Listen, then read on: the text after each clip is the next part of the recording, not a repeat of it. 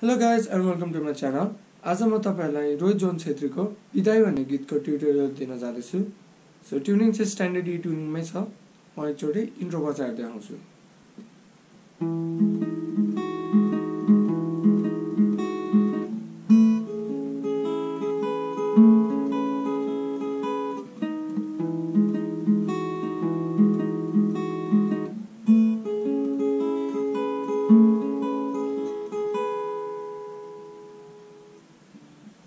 So starting को left hand position चाहिँ 5th string को 7th fret, 4th string को 6th fret, त्यसपछि 3rd string को 8th fret र 2nd string को 7th fret.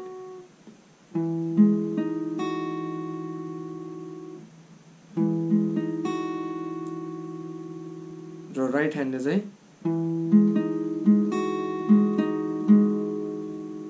5 4 3 4 2 4 3 4.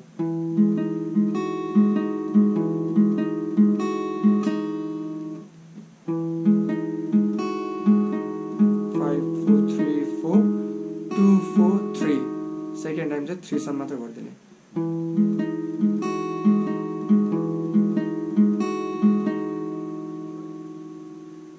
र सेकेन्ड कर्ड को पोजिसन चाहिँ यो चाहिँ अलि गाह्रो छ.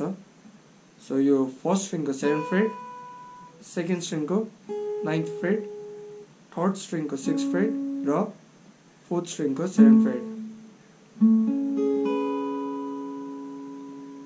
सो मैले फर्स्ट स्ट्रिङ को लागि चाहिँ मेरो रिङ फिंगर युज गरिरहेको छु. सेकेन्ड स्ट्रिङ को लागि पिंकी, थर्ड स्ट्रिङ को लागि इंडेक्स र फोर्थ स्ट्रिङ को लागि चाहिँ मिडल.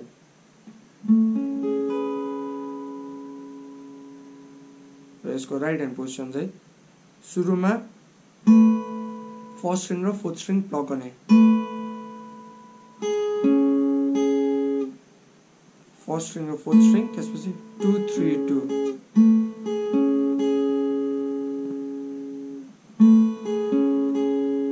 र त्यसपछि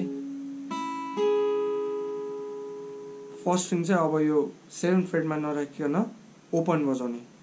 ओपन अनि सेकेन्ड स्ट्रिङ को 9th फ्रेट. यो रिङ फिंगर मात्र उठाउने. अनि फेरि 7th फ्रेटमा.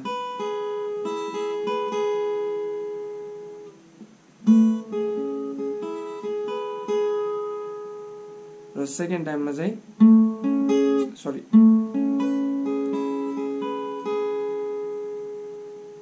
सेकेन्ड टाइममा राइट ह्यान्डले 4 3 1 2 अनि फेरि 1 2. तर अबको चाहिँ 1 ओपन हुने भयो. सरी,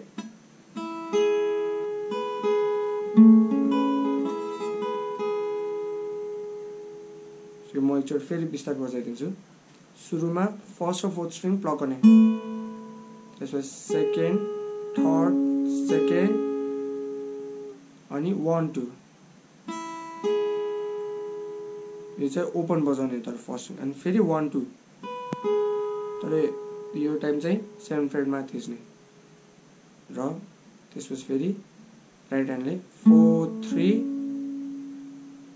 1 2 ओपन 1 2 फेरि थिच्ने 1 2. सो यो एक राउन्ड गयो. र सेकेन्ड राउन्डमा जाँदा फेरि यो नभइकन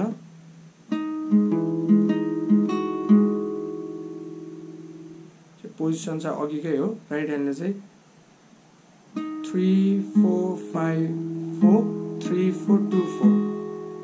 अघि चाहिँ 5 4 3 4 थियो. अब चाहिँ 3 4 5 4 3 4 2 4. र फेरि सेकेन्ड टाइम गर्दा अघिको जस्तै 5 4 3 4 2 4 3 4.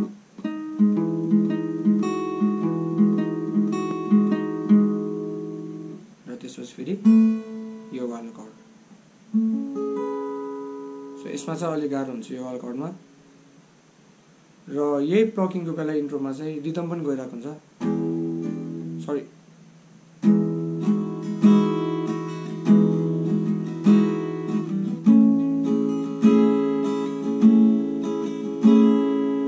रिदम चाहिँ लाइटली मात्र गइरहेको हुन्छ सुरु इन्ट्रोमा चाहिँ।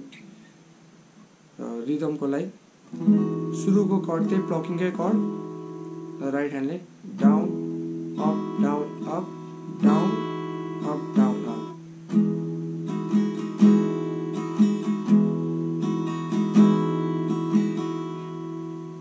र सेकेन्ड चाहिँ यसको लेफ्ट ह्यान्डको position, first string open, second स्ट्रिङको 9 फ्रेट, थर्ड स्ट्रिङको 6 फ्रेट र फोर्थ स्ट्रिङको 7 फ्रेट र fifth string open. Strumming pattern same.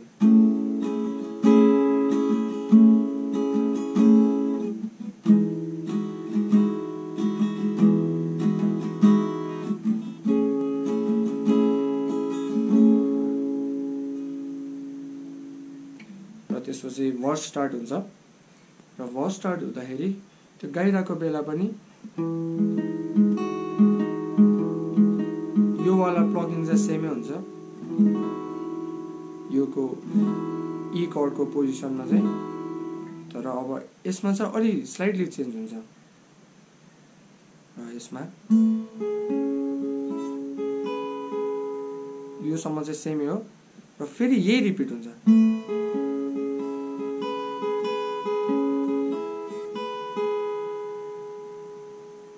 के हुने भयो भन्दा राइट ह्यान्डले फर्स्ट र फोर्थ स्ट्रिङ प्लक गर्ने, 2 3 2 अनि ओपन 1 2 अनि 7 फ्रेटमा 1 2, फेरि यही रिपिट 1 2 3 2 1 2 3 2 सरी 1 2 1 2।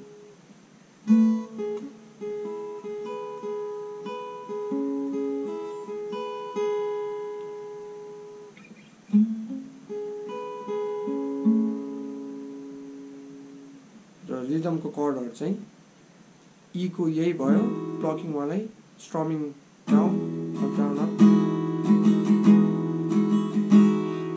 त्यसपछि सरी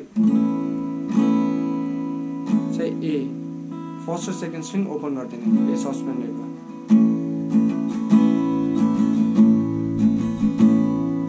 फेरि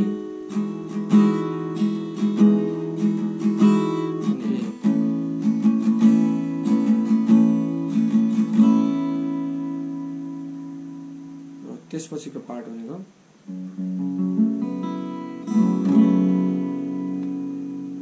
यसको लेफ्ट ह्यान्ड पोजिसन भनिदिन्छु म। फर्स्ट र सेकेन्ड स्ट्रिङ ओपन, थर्ड स्ट्रिङको सेकेन्ड फ्रेट, फोर्थ र फिफ्थ स्ट्रिङको फोर्थ फ्रेट र लास्ट स्ट्रिङको चाहिँ सेकेन्ड फ्रेट।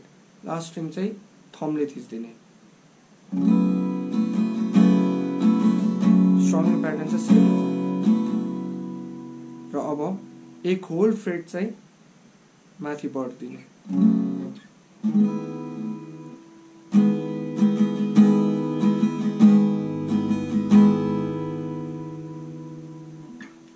यो चाहिँ एफ शार्प माइनर भयो सस्पेन्डेड कर्डमा, यो चाहिँ G sharp minor.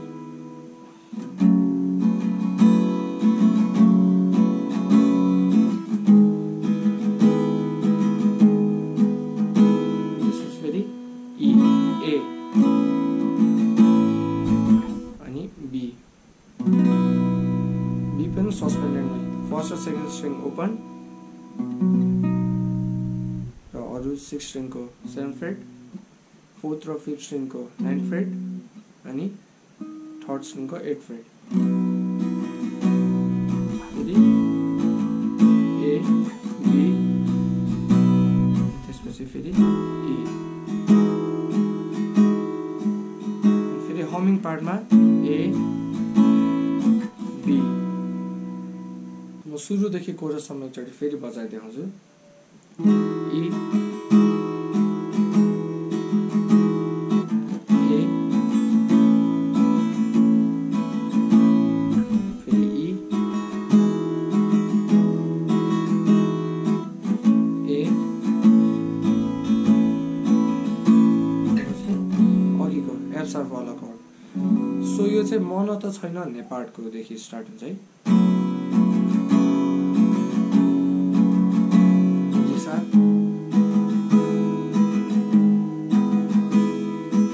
A B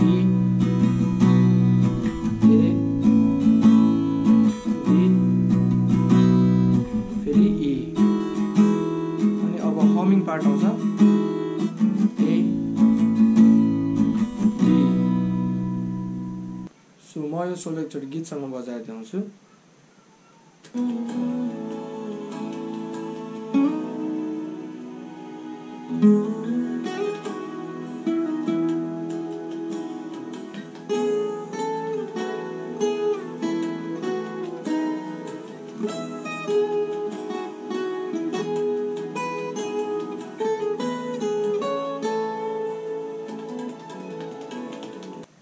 म पार्ट छुट्याएर सिकाउँछु।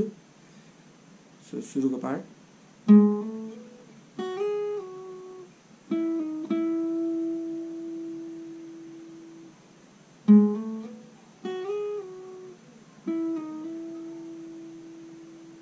सुरुमा 4th स्ट्रिङको 6 फ्रेट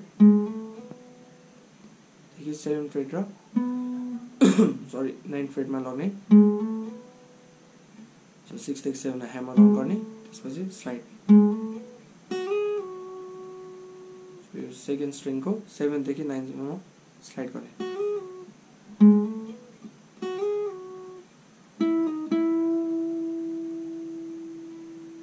र यसपछि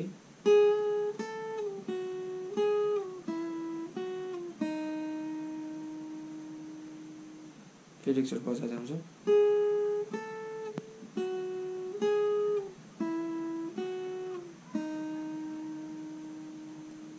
यसपछि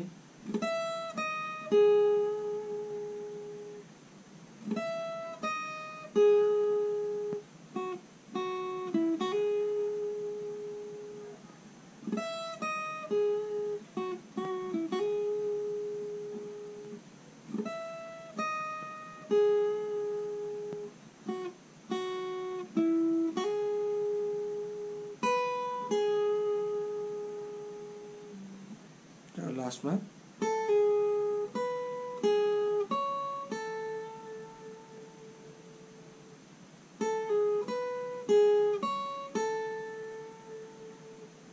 सो त्यसपछि फेरि भर्सकै कर्डहरू रिपिट हुन्छ।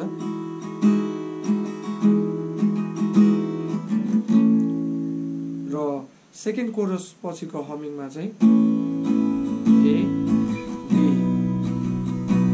र यसपछि जति टाढा भए पनि भन्ने पार्ट आउँछ, त्यसको कर्डहरू C# माइनर। सो यो सस्पेन्डेडमा सो लेफ्ट ह्यान्ड पोजिसन चाहिँ फर्स्ट स्ट्रिङ ओपन, सेकेन्ड स्ट्रिङको 5th फ्रेट, थर्ड र 4th स्ट्रिङको 6th फ्रेट र 5th स्ट्रिङको 4th फ्रेट। स्ट्रमिङ प्याटर्न सेमै हुन्छ। सो यो जति टाढा भए पनि भन्ने पार्टको सरी। सो अघि हामीले F# माइनर सस्पेन्डेड लिएको थियौँ भने अब मेजर।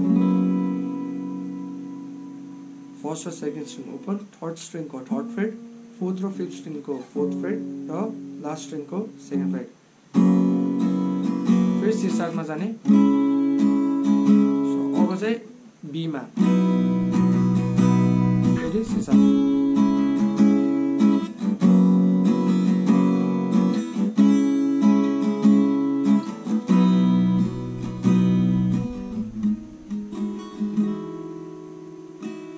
सो यो पछि बेसको सानो सोलो आउँछ, त्यसको कर्डहरू चाहिँ त्यो E सुरुमा जस्तै र सुरुको यो ए वाला पोजिसन।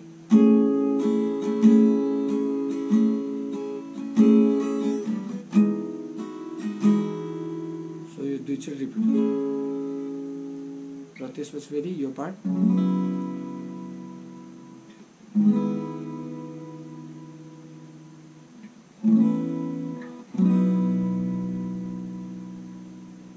आउटरोमा चाहिँ सानो ब्लकिङ छ, त्यो ब्लकिङ चाहिँ म बजाइहाल्छु।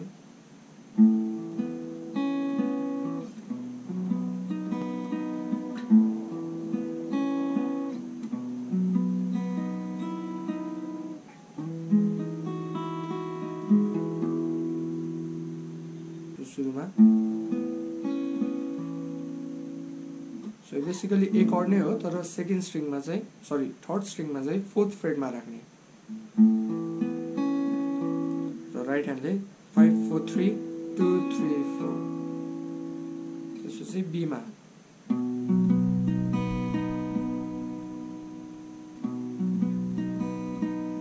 राइट ह्यान्डले 6 5 4 3 2 3 4। फेरि अघिको पोजिसन यो टाइम चाहिँ राइट ह्यान्डले सिम्पली गइदिने ब्लक गरिदिने 5 4 3 2 3 4 सुरुमा 5 4 3 2 3 4 भएको थिएन अब 5 3 2 3 4 अनि त्यसपछि B मा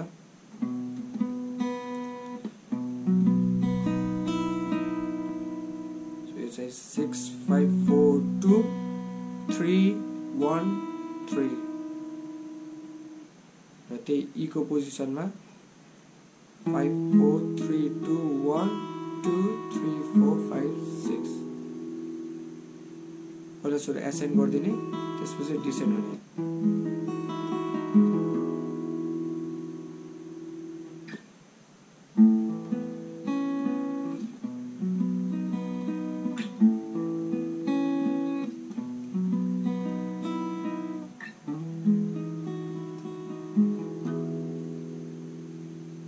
So okay guys, thanks for watching this video. अरु पनि कुनै ट्युटोरियल रिक्वेस्ट छ भने चाहिँ please let me know in the comments and मेरो पुरानो ट्युटोरियलहरु हेर्नलाई चाहिँ यो लिंकमा जाँदा हुन्छ and don't forget to like share and subscribe